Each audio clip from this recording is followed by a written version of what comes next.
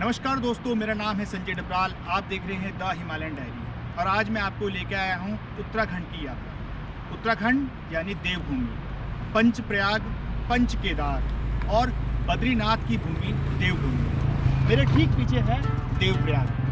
देवप्रयाग यानी अलकनंदा और भागीरथी का संगम स्थल। यहाँ से उत्पन्न होती है गंगा।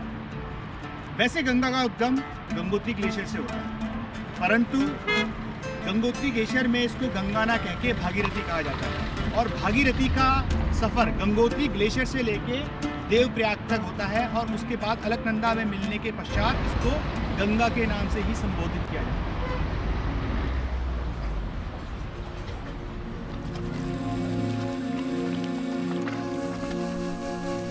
हिमालय की निचली पर्वत चोटियां यानी शिवालिक रेंज को छोड़ते हुए मैं आगे बढ़ा जा रहा था 4000 मीटर से अधिक ऊंचाई पर उस उच्च हिमालय क्षेत्र की तरफ जहां से उद्गम होती है पतित पावनी गंगा।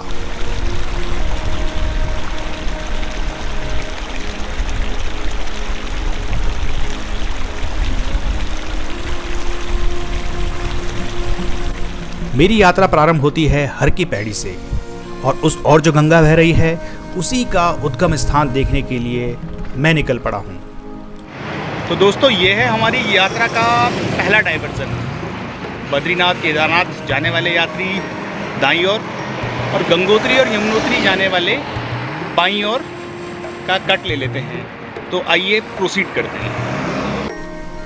हरिद्वार, ऋषिकेश, चंबा होते हुए मैं पहुंचा टिहरी, जहां पर भागीरथी को रोकने के लिए बहुत बड़ा बांध बनाया गया है जिसको टिहरी डैम के नाम से आप सब जानते हैं। और आगे बढ़ते हुए हमें एक डैम और मिलता है जिसका नाम है मनेरी और उसके बाद में पड़ता है उत्तरकाशी, जहां पे हम लोगों ने रात्रि विश्राम किया। उत्तरकाशी के बाद में पहाड़ अब ऊंचे हो गए थे और गंगा की घाटी यानी भागीरथी की घाटी संकरी हो गई थी।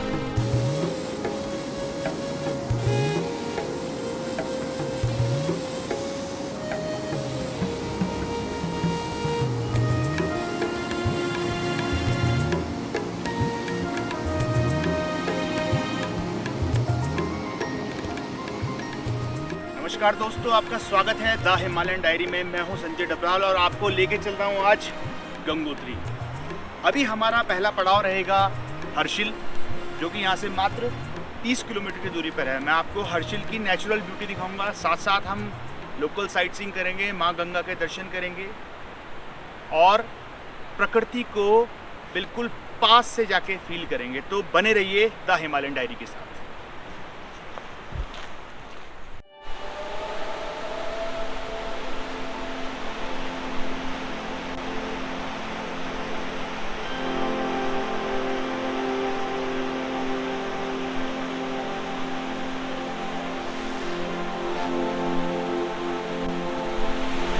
दोस्तों, जैसे मैं बात कर रहा था उत्तराखंड की सुंदरता की, अगर मैं कोई कवि होता तो आज जरूर एक काव्य रचना करता, परंतु मैं आपको दिखाऊंगा कैमरे की नज़र से सुंदरता। हो सकता है कि आप तक वो बात पहुँचे या ना पहुँचे। तो देखिए चल कर जाती हुई माँ गंगा।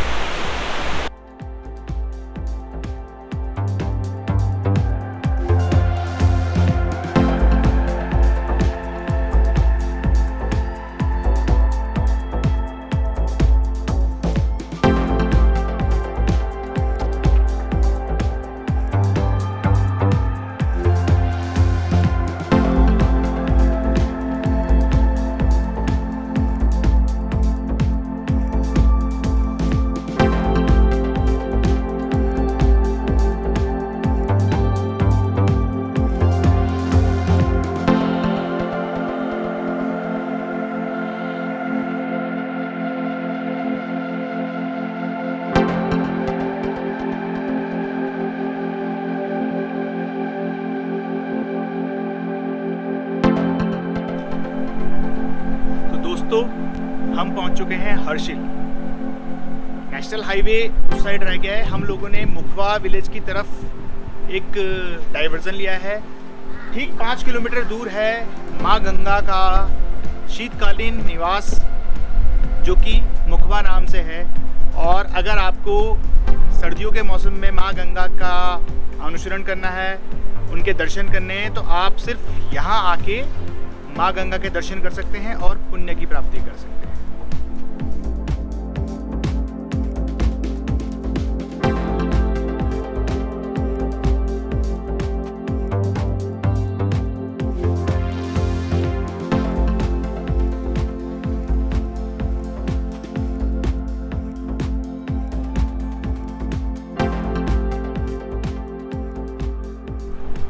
तो दोस्तों, ये है गंगा का वो रूप जो कि हर्षिल में बह रही है। पीछे गंगोत्री ग्लेशियर, वहाँ से उद्गम होती हुई भागीरथी, जो कि तत्पश्चात देवप्रयाग में अलकनंदा के साथ में मिलके गंगा नाम से उतारी जाती है। भैरव घाटी की पतली और संकरी घाटी में बहती हुई यहाँ पे बिल्कुल सपाट रूप में माँ गंगा बहती है।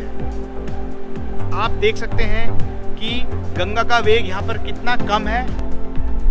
समुद्र की तरह तटीय क्षेत्र बनाती हुई यहाँ से कलकल करके बहती है। आप देख सकते हैं कि कैसा धारा प्रवाह है और कितने चौड़े क्षेत्र में माँ गंगा बहती है।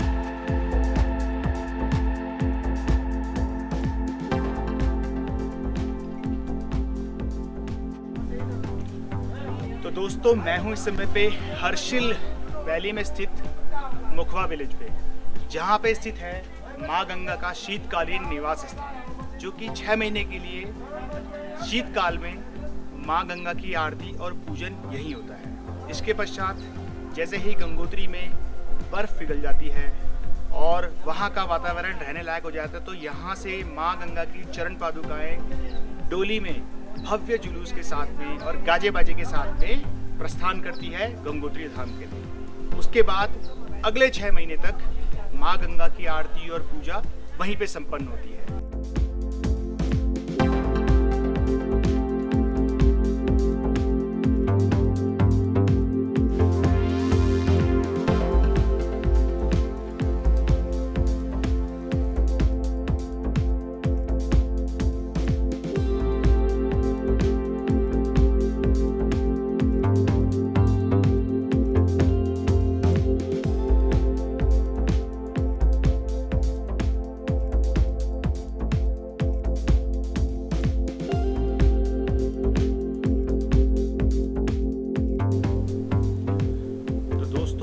हर्षिल के पास में स्थित मुखवा गांव में आपको ये मकान, ये सन्नाटा देख के ऐसा लग रहा होगा कि जैसे यहाँ कोई नहीं रहता है। आपकी बात भी सही है। 6 महीनों के लिए शीतकाल में यहाँ के लोग नीचे मैदानी इलाकों की तरफ प्रवास कर जाते हैं। उसके पश्चात ग्रीष्म काल में जब गंगोत्री धाम के कपाट भी खुल जाते हैं, तो यहाँ के लोग वापस आ जाते हैं और ये गांव, यहाँ के छज्जे, चौबारे, चौक सब दोबारा से आबाद हो जाते हैं। मुखवा विलेज में अगर आप माँ गंगा के दर्शन करेंगे, थोड़ा सा 100 मीटर की दूरी पर ही एक बहुत ही प्यारा झरना है। नैसर्गिक वातावरण और कलकल करते हुए बहता हुआ पानी।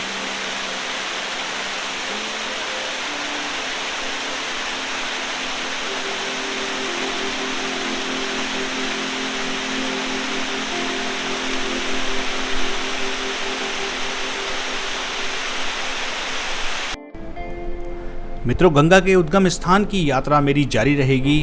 मिलते हैं अगले पार्ट में। अगर आपने अभी तक चैनल को सब्सक्राइब नहीं किया है तो रिक्वेस्ट करूंगा चैनल को सब्सक्राइब भी ज़रूर करें।